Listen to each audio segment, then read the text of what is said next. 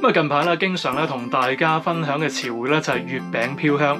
月餅飄香，因為咧就係臨近呢一個中秋佳節，咁所以咧睇翻一啲本地嘅商家啦，呢一個餅家咧就係陸續開始咧就係生產月餅啦。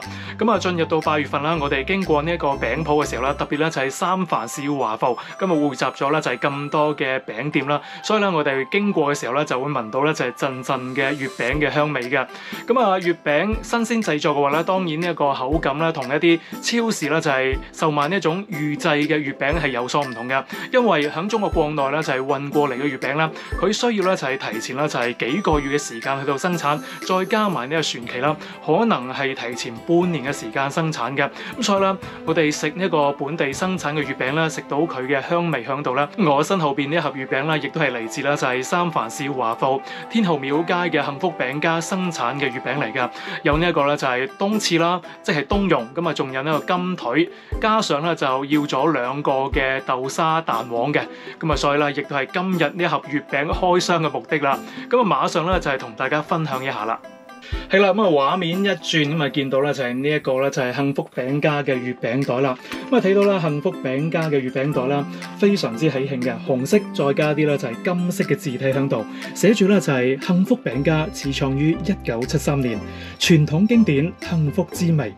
地址咧就係三藩市華埠天后廟街，咁啊133號嘅。咁啊馬上打開呢一個咧就係幸福餅家新鮮製作嘅月餅啦。哇！呢個盒咁靚，呢個袋亦都係非常之靚，我都唔捨得抌添。係啦，咁啊打開呢一個咧就係幸福餅家嘅月餅，呢個紙盒啦非常之靚嘅，我都唔捨得抌添。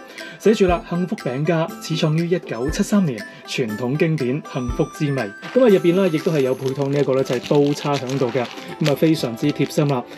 咁啊呢一個刀叉咧，其實咧有段時間啦，一啲環保分子啦就搞咗啲動作，咁啊所以有段時間啦，嚟自香港呢一邊嘅月餅咧係冇配呢一個刀叉。首先咧就試一試呢一個咧就係幸福餅家嘅金腿月餅啦，咁呢一個咧亦都係非常之出名嘅。咁我就用呢一個咧就係幸福餅家咁啊附送嘅呢一個刀叉嚟到咧就係切開呢個月餅啦。哇，用呢個刀叉附送嘅話咧非常之貼心嘅。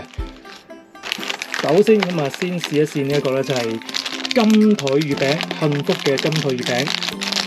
咁啊睇到咧有呢一個咧就係方便撕開嘅包裝，位置就喺呢度啦。嗱，咁啊呢個月餅咧就係嚟自幸福餅家製作嘅新鮮金腿月餅啦，幸福金腿啦。咁而家切開呢個月餅試一試先。咁啊，切開咗呢個月餅之後咧，就會見到呢一個就係金腿月餅啦。睇睇呢個金腿月餅就係用料豐富嘅。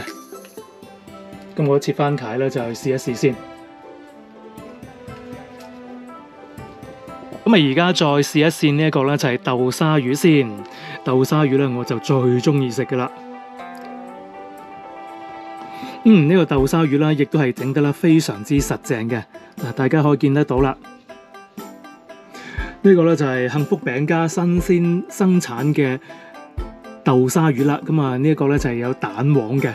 咁啊，大家如果都中意食蛋黃嘅話咧，就可以買蛋黃噶啦。如果唔中意食蛋黃嘅話咧，亦都可以買一個咧就係冇蛋黃嘅豆沙月餅嘅。咁大家可以見得到啦，入邊咧除咗豆沙之外咧，仲有其他嘅配料喺度嘅，係增加呢一個咧就係豆沙魚嘅口感嘅。